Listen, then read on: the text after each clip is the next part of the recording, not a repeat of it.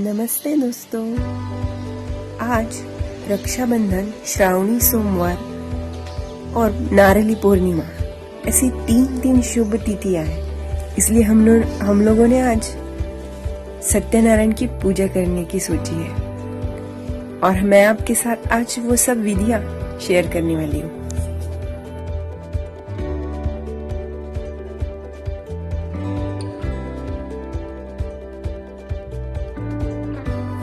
हमारे हिंदू मान्यताओं के अनुसार सत्यनारायण की पूजा बहुत ही फलदायी होती है और श्रावण मास में अगर उसको पूर्णिमा की तिथि पे की जाए तो वो और भी फलदायी होती है, ऐसा हम मानते हैं। और सच में ये मेरा बहुत सालों का एक्सपीरियंस है कि इस पूजा को करने के बाद हमारे घर में, मन में पॉजिटिविटी बढ़ी हुई हमें महसूस होती है। इस बात पे हम लोगों का बहुत विश्वास है।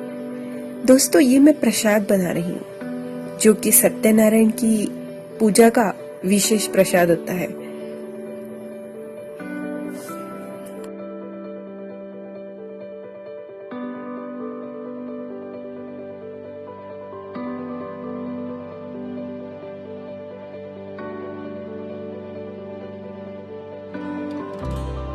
और ये प्रसाद बनाना भी बहुत आसान होता है।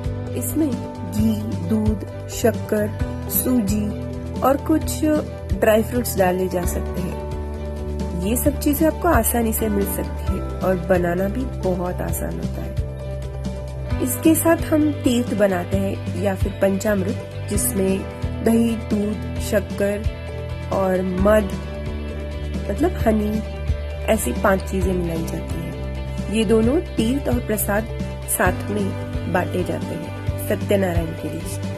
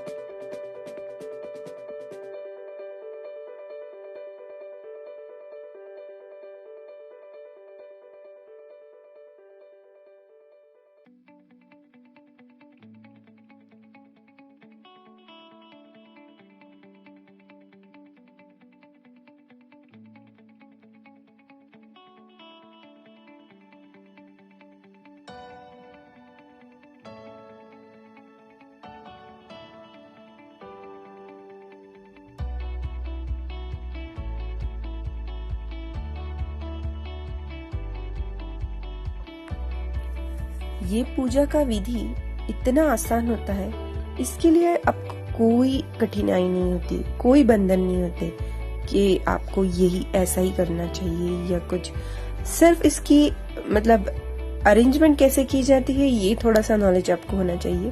और इसमें कौन कौन सी पूजाएं की जाती है, ये जैसे कि उसमें नवग्रह की पूजा होती है। सबसे पहले गणेश जी की पूजा, उसके बाद शंख, घंटा, इनकी पूजा, कलश की पूजा, दिए की पूजा, उसके बाद 9 ग्रहों की पूजा, फिर 5 देवताओं की पूजा और फिर सत्यनारायण भगवान, श्री कृष्ण भगवान, इनके 108 नाम कह के हम तुलसी पत्र उनको अर्पण करते हैं। फिर उसके बाद आरती और कहानी बोलते हैं और फिर ये कथा संपन्न हो जाती है।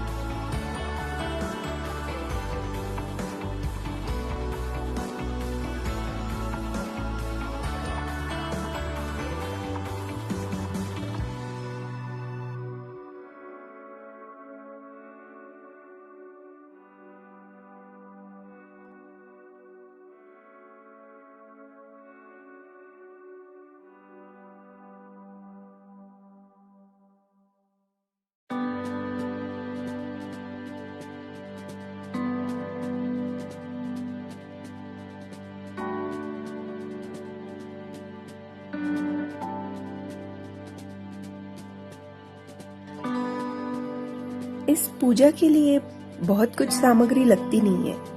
जो कुछ भी हमारे पास चीजें अवेलेबल है उसमें हम लोग इस पूजा को बहुत अच्छे तरीके से कर सकते हैं।